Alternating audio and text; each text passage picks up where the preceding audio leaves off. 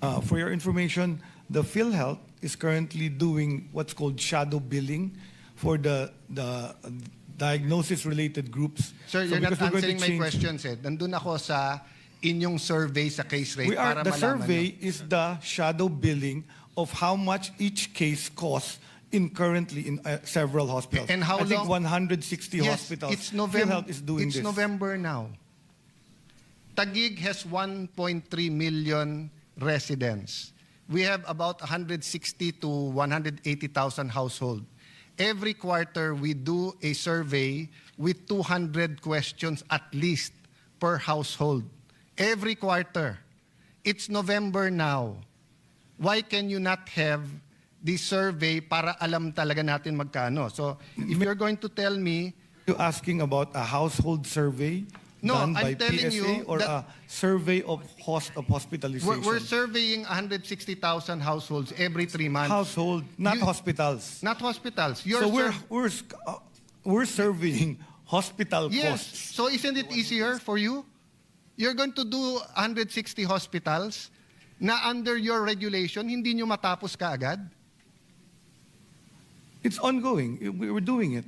Kailan matatapos? It's November na eh.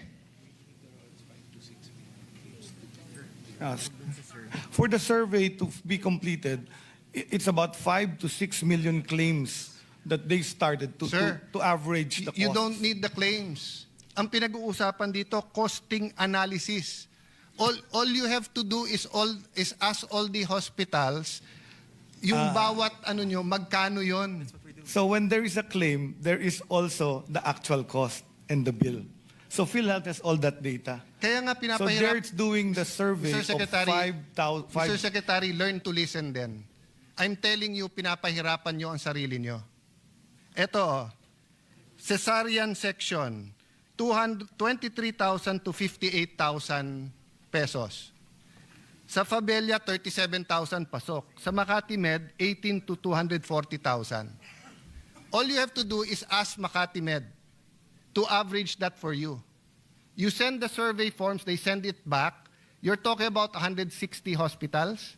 Kayang gawin ng 1 linggo yan. Pinapahirapan nyo sarili nyo.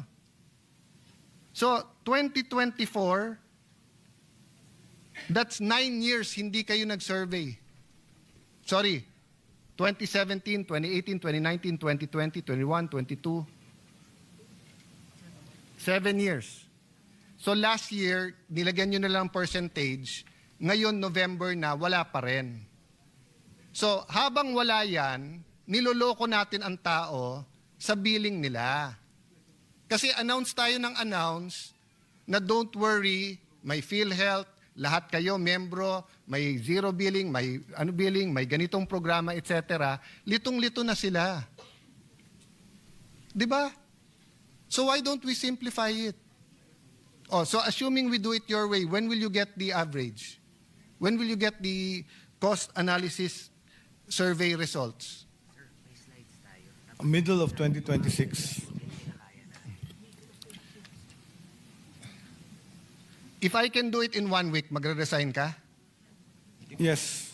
O sige, call ako. Call ako. So, Mr. President, we will meet tomorrow. And I will bring an IT expert. You bring the list of the 160 hospitals and all of this case rate. Okay? No, sir, hindi pwedeng tungo-tungo lang dito sa Senate. Seryoso tayong pinag-uusapan. Be here at 4 o'clock tomorrow? Can you be here at 4 o'clock tomorrow? PhilHealth, President? Yes, according to the PhilHealth President. Okay. The yes is okay. So my staff, please make sure. Oh, sir, do you acknowledge na yung present 80% nyo, marami pa rin doon ang sobrang kulang? 80% of? No, yung inyong plus 30%, plus 50%, do you acknowledge na marami pa rin na hindi na if you average it out and go to different hospitals, kulang siya? Yes, that's why PhilHealth is trying to go to DRG, because what happens is in a case rate, the diversity of costing is so high, so wide. Because it's so wide, there will be people that will be paying more, spend more, and there will be people who are spending less. By going to DRGs, the payment scheme becomes more accurate. How long do you need to shift to that scheme? Middle of 2026 to pilot the DRG. So ipapilot nyo Right pala. now, it's actually being implemented as a shadow Mr. Secretary, billing. what I'm trying to tell you is even in the present cost analysis, you can do it right away and people won't suffer. But hindi nyo nalang aminin na kulang ang pera nyo, kaya hindi nyo magawa, kaya hindi nyo matupad yung pangako dun sa law na zero billing. Kasi kung yung even on the cost analysis, madaling gawin yon. Kasi mag-a-average ka eh. Kahit naman sa present nyo ngayon, nakalagay dito, let's say, coronary artery disease, bypass, 660 to 960, it's still naitama nyo nga yun sa yung sa bypass na mahal nga yun Kaya nyo naman itama sa iba Diba? Kasi you're in the Senate All you have to do is we finish that survey and tell us, sir, if you don't give us more money, hindi namin mababayaran. We don't expect you naman to pick from your own pocket Diba? Pag natapos natin tong lahat na survey na to, at lalabas, eto yung number of patients, average, eto yung pera. Mr. Senators, Congressmen, Mr. President, you're giving us 60 billion, pero sa computation namin, pag inayos namin yung case rate, 120. So ang kaya lang namin sa mga to libre o kaya 50%, di ba? Garbage in is garbage out If we do not have these rates and we haven't had it accurately till 2017, we cannot really tell people na isi-zero billing namin kayo. Pwede ba kung cesarean, pwede ba pagdating sa heart center, boss cesarean ako pero sobra kasi dito hindi zero billing, i-bypass nyo na lang ako. Pwede natin pagyabang na ang bypass kasya. Paano ngayon mga kailangan ng cesarean? Tapos pupunta dun sa mga ospital na zero billing, puno. So wag muna sila manganak. That's why there's frustration here. You don't give us straight answers Yun yung problema dito na pagdating dito sa budget hearing, yung in-scrutinize ay hindi handa. At ito din yung advantage pag yung nag-scrutinize or nag-check ay isang lawyer talaga katulad dito. Si Marcoleta, di ba? Yun yung advantage doon. Kasi mas advance silang mag-isip. Okay naman din yung iba pero mas advantage yung lawyer talaga pagdating sa mga ganito. Di ba? Kikita talaga lahat ni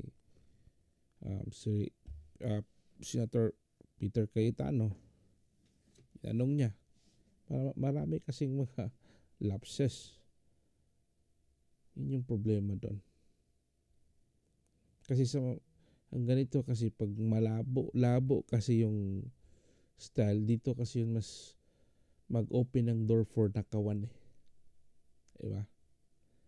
Kasi hindi nakikita, hindi na validate, hindi na calculate talaga yan. Magkano ba talaga, ano yung data. Kasi nagbe-base tayo sa data. Kung wala yung data, mahirap talaga.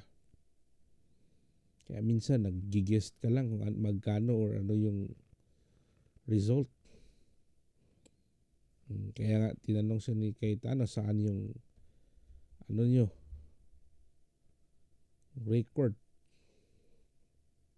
yun yung mahirap. Kasi ang problema din doon kung yun nga may pinagtak yung mga ganon ba. Maraming pera talaga ang Pilipinas. Problema lang ang mga namumuno ay ang magnanakaw. Doon tayo natalo. Diba? Yun. Pero anyway, kudos to Senator Peter Cayetano. Maraming salamat po. Sayang nga lang hindi yun nanalo si yung sa mga PDP kasi halos mga lawyer yun. Yun sana yung pag-asa natin. Pero hindi nakapasok eh. Iwan ko kung bakit. Pero Diyos na yung nakakalaw nun. God bless.